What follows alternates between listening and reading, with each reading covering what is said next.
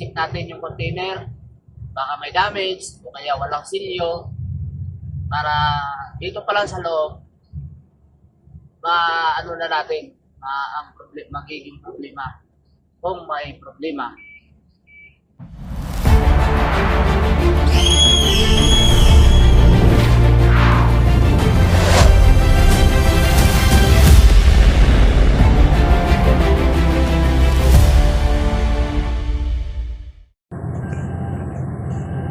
Yan na mga paps, palabas na tayo ng Batangas Port.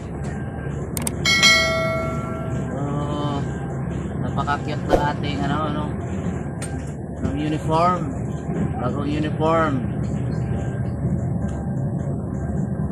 Kung nakikita nyo yan mga paps, may libay dito sa loob ng port. Diyan lang pwede tayong bumaba.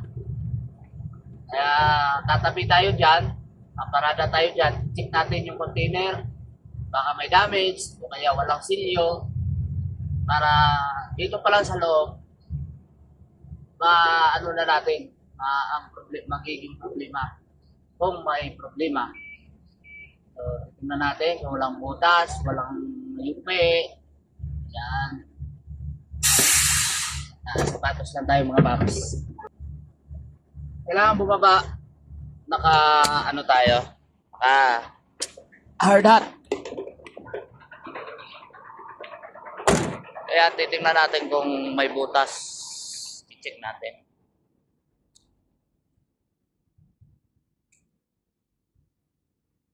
Tapos yung silyo. Yan. Okay, may silyo. Silip. Kung tama ba?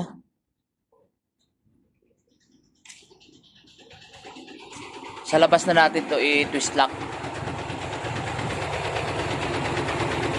So, sa awa, wala namang damage. At balik na tayo mga paps. Saka tayo lalabas. So, palabas na tayo niyan.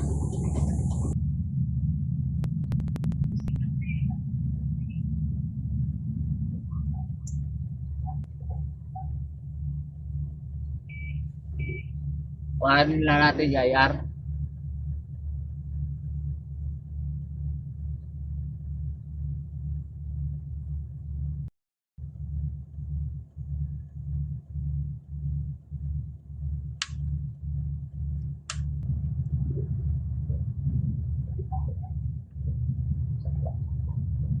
Kaya palabas na tayo mga paps.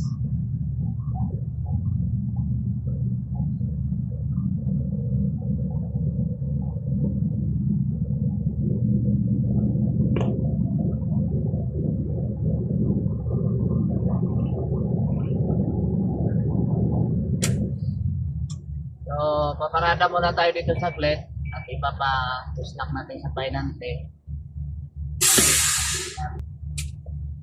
Tapos lang muna natin. So, bababa muna tayo at i-check natin ulit kung na-tuslak na ng painante.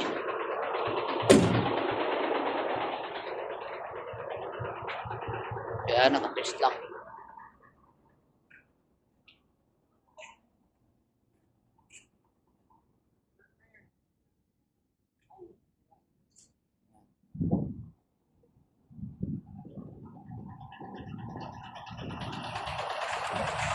Ayan, na-twist lock.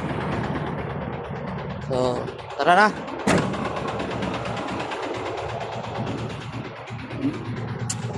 Going to Santa Rosa na tayo mga paps. So, bibidyohan natin, Dito lang muna. Mamaya ulit.